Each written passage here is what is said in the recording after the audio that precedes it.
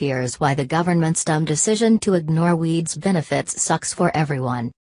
On Thursday, the Drug Enforcement Administration crushed the hopes and dreams of marijuana enthusiasts, advocates, and researchers everywhere when it announced that weed would remain classified as a Schedule I drug.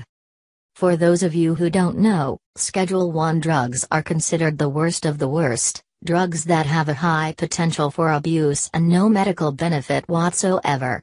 The category includes heroin and MDMA. And for some reason, marijuana. Even cocaine and meth are considered Schedule II drugs, so WTF, DEA? This announcement is frustrating for several reasons. For one, it's completely out of touch with the American public and what it wants. According to a new Gallup poll, 1 in 8 Americans now say they smoke pot regularly, a rate that has nearly doubled since 2013. Not only that, 43% say they've tried weed at least once. And 61% of Americans support legalization of some kind. Which is why 25 states and the District of Columbia have adopted laws legalizing marijuana in some form, with 4 states legalizing it for both medical and recreational use. In November, voters in Arizona, California, Massachusetts, Maine, and Nevada will decide whether to legalize weed for recreational use in their states, too. And yet, despite this nationwide shift toward weed acceptance, the DEA has decided to keep marijuana illegal, which pits state laws in direct opposition to federal law, disregards research on medical marijuana, and blatantly ignores the will of the American people. But why?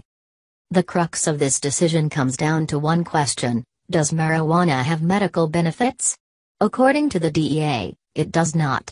As the group stated in its announcement, marijuana has no currently accepted medical use in treatment in the United States. There are no adequate and well-controlled studies proving efficacy, the drug is not accepted by qualified experts, and the scientific evidence is not widely available. Of course, numerous studies do confirm medical marijuana's benefits, but this research isn't up to the DEA's standards. Why? Because it's super freaking hard to study marijuana since it's a Schedule I drug. Indeed, only one site in the U.S. is authorized to grow marijuana for research purposes, and that's the University of Mississippi. This makes marijuana's supply, from quantity to strain type, quite scarce for other researchers. This restriction has so limited the supply of marijuana federally approved for research purposes that scientists said it could often take years to obtain it, and in some cases it was impossible to get, the New York Times reported on Thursday.